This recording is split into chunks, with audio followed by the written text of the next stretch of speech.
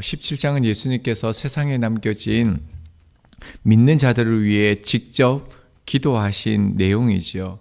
첫 번째 내용이 1절에서 5절에서 예수님 자신을 위해서 기도하셨습니다.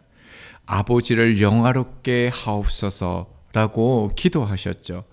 두 번째 예수님의 기도는 무엇이었습니까? 6절에서 19절에 제자들을 위해서 기도하셨습니다. 하나됨, 보호, 인도, 악에 빠지지 않게 위해서와 그리고 거룩함을 위해서 기도하셨죠. 세 번째 주님의 기도는 20절에서 이제 마지막 절까지 있는데요. 예수님을 믿게 될 다음 세대를 위해 기도하신 내용입니다. 역시 하나됨과 주님의 영광을 위해서 기도하셨습니다. 삼위일체 하나님께서 세 위격으로 존재하시지만 또한 하나를 이루듯 주님을 따르는 이들은요, 개개인이 독립적인 인격체이지만 또한 한 몸 공동체임을 알려주셨습니다. 이것은 새로운 개념이 아니라 원래 회복해야 할 하나님의 형상의 모습이었습니다. 자, 이제 본문은요, 주님의 기도 가장 마지막 부분에 다다랐습니다. 이 말씀은 예수님 공생의 3년 동안의 마지막 결론과 같은 기도입니다. 그러니까 참 중요한 말씀이시죠. 이 기도 후에 예수님은 잡히시고 순환당하시고 십자가에 죽으십니다. 자, 그런데 이제 24절 말씀을 보면요, 무슨 말씀인지 잘 이해가 되지 않습니다. 예수님의 기도가 참 어렵습니다. 무슨 뜻인지 그냥 봐서는 잘 모릅니다. 그러나 우리가 유익 있게 보아야 할 것은요, 주님께서 당신의 죽음을 목전에 두신 최후의 순간에 하나님께 무엇을 원하고 계시는지를 보면 되는 것입니다. 이렇게 말씀하시죠. 아버지여, 내게 주신 자도 나 있는 곳에 나와 함께 있어 라고 말씀합니다. 주님은 하나님께 기도하면서 자신에게 주신 선택된 자도요, 주님이 있는 곳에 함께 있게 해달라고 말씀합니다. 나 있는 곳이 어디입니까? 넓게는 영원한 천국입니다. 좁게는요, 이 땅에서 주님과 함께하는 삶을 말씀하신 것입니다. 그래서 하반절에 보면요, 하나님께서 주님을 창세전부터 사랑하사 주님께 주신 그 영광을요, 우리가 보고 그 영광의 자리에 주님과 함께 있게 해달라고 기도합니다. 나의 영광을 그들로 보게 하시기를 원하옵나이다 라고 얘기하죠. 자, 주님께서 다시 한번 영광에 대해서 말씀하십니다. 계속적으로 지금 주님의 기도 가운데 반복되어지는 단어가 이 영광인데요. 22절 말씀을 보면 내게 주신 영광을 내가 그들에게 주었사오니 라고 얘기합니다. 예수님께서는 그 하나님께서 주신 그 영광을요, 그들에게, 즉 사도들의 그 말씀을 통해 믿는 자들에게 주었다라고 말씀합니다.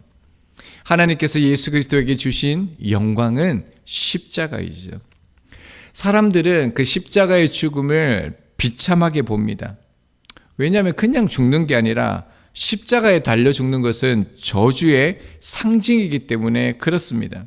그러나 예수님께서는 그 길이 하나님의 뜻을 이루는 길이고요, 하나님의 뜻은 자기 백성을 구원하여 영생을 이루게 하는 것이기 때문에 영광의 길이다라고 말씀합니다. 주님은 마지막 기도 가운데 믿는 자들에게 뭐라고 말합니까? 이 영광의 길을 함께 가자고 말씀하시는 것이요. 자, 그러면서 이렇게 기도하시죠. 25절을 보면요, 의로우신 아버지여 라고 기도합니다. 11절에 거룩하신 아버지와 같이요, 하나님의 그 성품에 의지하여서 기도하고 있습니다. 자, 그러면서요, 세상이 아버지를 알지 못하여도 말하죠. 여러분, 세상의 아버지를 어떻게 알지 못합니까? 먼저요, 세상은 하나님이 어떠한 분이신지 모릅니다. 또 하나는요, 하나님 아버지께서 중보자로 이 땅에 하나뿐인 아들을 보내셨다는 이 사실을 그들은 믿지 않습니다. 깨닫지도 못하고 무지하다는 것이죠. 그리스도의 빛이 이 세상에 들어왔지만 세상 사람들은 하나님과 그리스도를 깨닫지 못했습니다. 주님 안에 있지 않으면 어떻습니까? 하나님 아버지를 알 수도 없고요. 인정하지도 않습니다. 그뿐만 아니라 하나님을 이해할 수도 없고 깨닫지도 못합니다.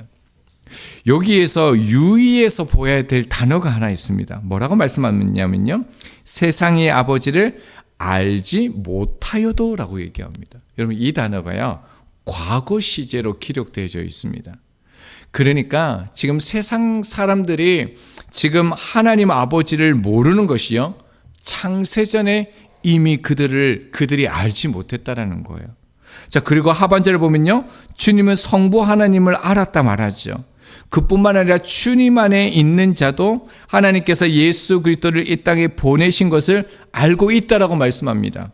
그들도 아버지께서 나를 보내신 줄 알았사온나이다 라고 얘기합니다. 여기서 알았사온나이다 이 단어도요. 과거 시대로 되어져 있습니다. 창세전에 이미 내가 그 하나님 안에서 그리스도 안에서 선택되어졌기 때문에 이 땅에 와서도요. 예수 그리스도를 통하여 하나님을 알 수 있게 된다라고 말씀합니다. 여러분 6절 말씀에 보면 그들은 아버지의 것이었는데 라고 말하죠. 이미 영생을 주기로 택함을 받고 작정된 자들이 있다라는 거예요. 그래서 사도행전 13장 48절은요. 영생을 주시기로 작정된 자는 다 믿더라는 거예요. 여기서 작정되다가요. 수동태로 지명하다라는 거예요. 그러니까 하나님께서 영생을 주시기로 지명한 사람들은 다 믿었다라는 거예요. 지금 주님께서 무엇을 말씀하시고자 하시는 겁니까? 내가 주님을 믿게 된 것은 이미 하나님이 나를 그리스도 안에서 선택했기 때문이다라는 것입니다. 지금 내가 예수 그리스도를 깨닫고요. 알고 주님을 따르는 이 삶을 살아가는 것은 전적인 삼위일체 하나님의 사역이다라는 거예요. 핵심은 우리의 노력과 방법으로 절대로 구원받지 못하는 것을 강조하는 것입니다. 구원은 인간의 선택이나 결단으로 구원받을 수 있는 것이 아니라 구원 얻음은 오직 하나님의 이끄심에 의해서만 받을 수 있다는 거죠. 주님이 뭘 말하고 있습니까? 이것을 깨닫기 원한다라는 거예요. 너희들이 이것을 믿어라는 것입니다. 자, 그러면서요. 이제 이렇게 마지막으로 주님께서 말씀합니다. 내가 아버지의 이름을 그들에게 알게 하였고 또 알게 하리니 이는 나를 사랑하신 사랑이 그들 안에 있고 나도 그들 안에 있게 하려 함이니이다. 여러분 이것이 주님이 이 땅 가운데 하신 마지막 기도이십니다. 우리를 선택하신 목적이 무엇이라고요? 예수 그리스도를 통한 아버지의 그 사랑을 우리 속에 채워주기 위함이다라고 말씀합니다. 결론입니다. 주님이 우리를 위해서 마지막으로 기도하신 것이 무엇이라고요? 하반절 말씀이죠. 나를 사랑하신 사랑이 그들 안에 있고 나도 그들 안에 있게 하려 함이니다라는 것입니다. 여러분 여기서 나를 사랑하신 사랑은요. 하나님께서 예수 그리스도에게 한 사랑이고요. 안에 있다라는 표현은 우리가 앞서 보았던 것처럼 그 하나됨을 의미합니다. 자, 우리의 사랑이요.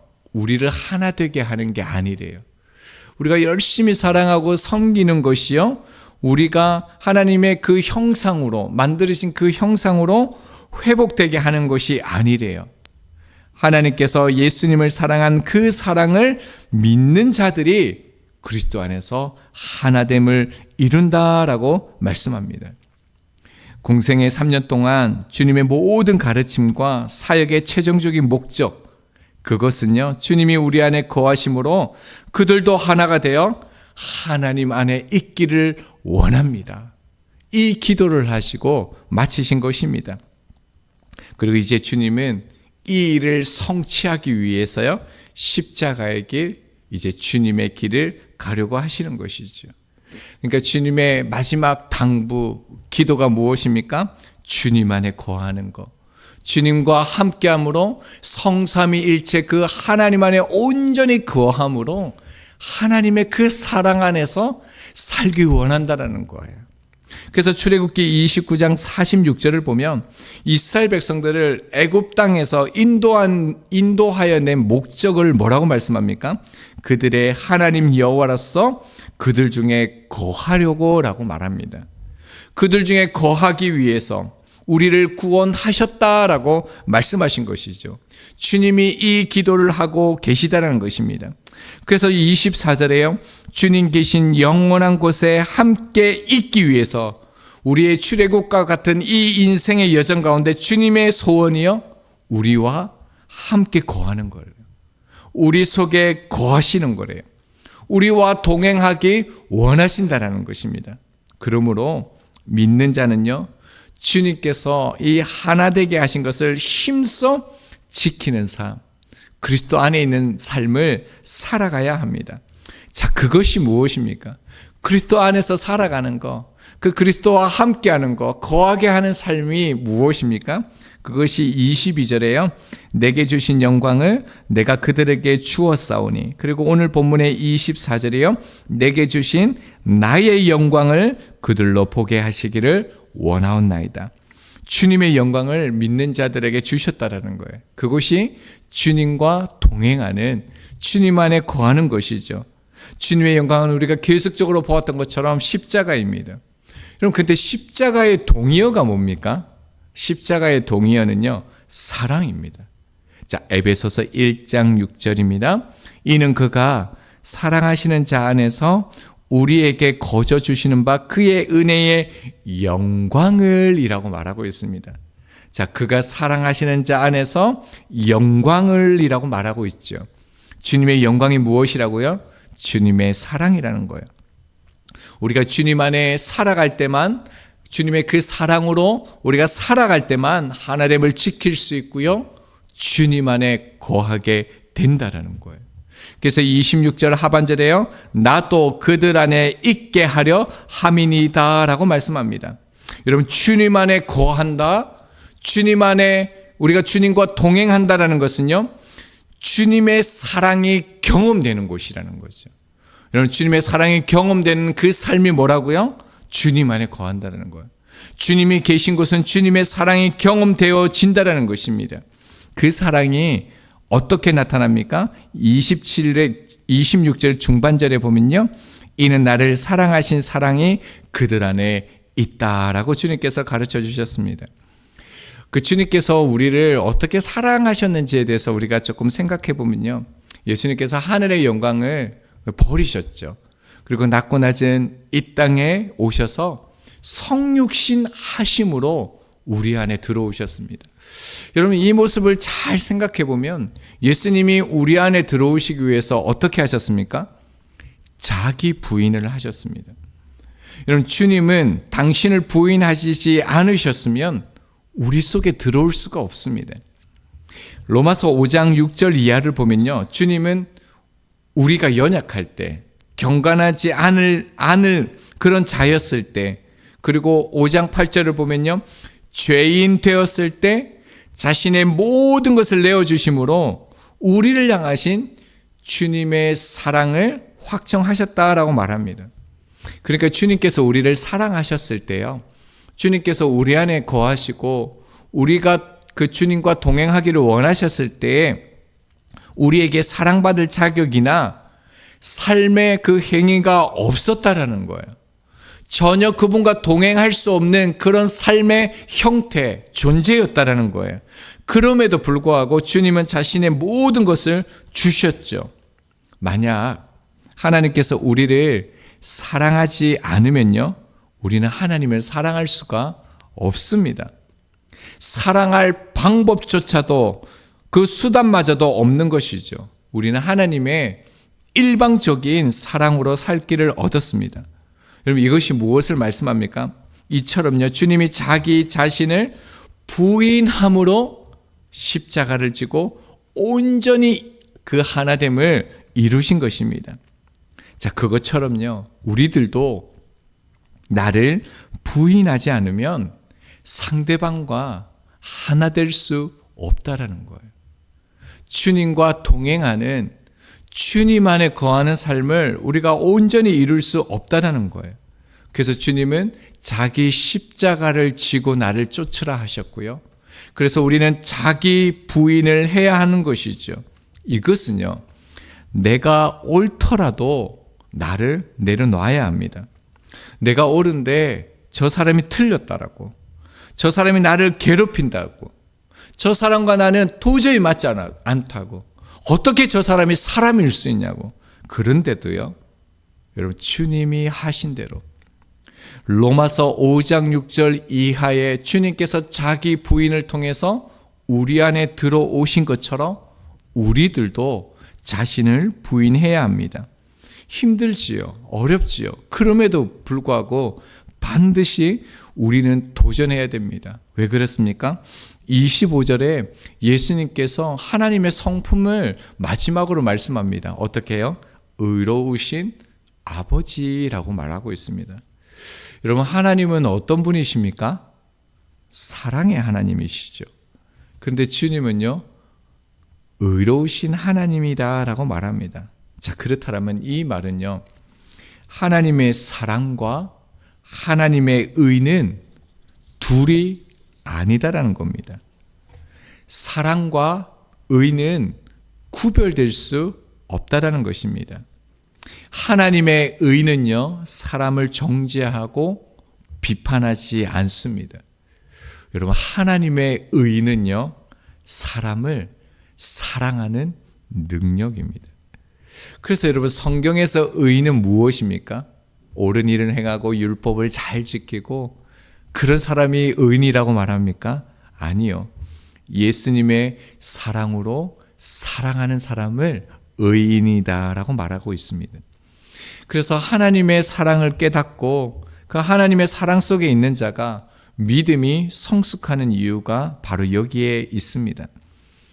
여러분, 범죄자들이 얼마나 많은 정의롭고 의로운 얘기, 옳은 얘기를 듣습니까? 그러나 그들은요, 변화되지 않습니다. 여러분, 그들이 아무리 좋은 얘기를 듣고요, 그런 의로운 얘기, 정의로운 얘기를 듣는다 하더라도요, 그들은 성숙하거나 의로워지지 않습니다. 여러분, 그러나 아무리 흉악한 죄인일지라도요, 여러분, 참된 사랑을 만났을 때 변화된 이야기를 우리가 듣고 있습니다. 하나님의 그 놀라운 사랑을 만났을 때 의로워진 걸, 성숙되어진 것을 우리는 알고 있습니다. 그러므로 저희들은요, 내가 옳은 나의 의를 구하지 않고 하나님 나라의 의를 먼저 구해야 합니다. 내가 옳아서, 내가 높아서, 내가 지도자이기 때문에 상대방이 변화해야 되는 게 아닙니다. 그들이 나를 따라와야 되는 것이 아닙니다. 하나님께 더 가까운 사람이, 주님을 더 바라보는 사람이 먼저 바뀌어야 합니다. 24절 하반절이요, 나의 영광을 그들로 보게 하시기를 원하옵나이다. 여러분, 주님께서 그 죽음의 그 마지막 그 속에서 그토록 처절하게 고백하는 게 무엇입니까? 예수님의 모습을 통해서요, 하나님의 사랑을 알기 원한다라는 거예요. 주님을 믿게 되기를 원한다라는 거예요. 여러분, 저희들도 그 소망을 좀 가졌으면 좋겠습니다. 우리 가족들이요, 우리 주위에 나를 만나는 사람들이, 그리고 또 세상 사람들이 저희들의 모습을 보면서 예수님의 모습을, 예수님을 믿고 싶다, 이런 말을 들을 수 있다라면 얼마나 좋겠습니까? 나의 모습을 통해 하나님의 영광을 보게 하는 그것이 사랑입니다. 주님께서 죽음의 길을 걸어가시며 바라보셨던 그 아버지의 영광을요, 이제 저희들이 바라보기를 원합니다. 주님이 하나님을 위해 하신 이 일을요, 이제 저희가 온 마음과 뜻을 다해 죽도록 힘을 쓰므로 우리가 그 하나됨을 이루고요, 저희들을 통하여 예수 그리스도를 만나고 하나님의 사랑을 흘러보내는 그 삶을 살아가는 저희들이 되기를 소망합니다. 우리 함께 기도하겠습니다.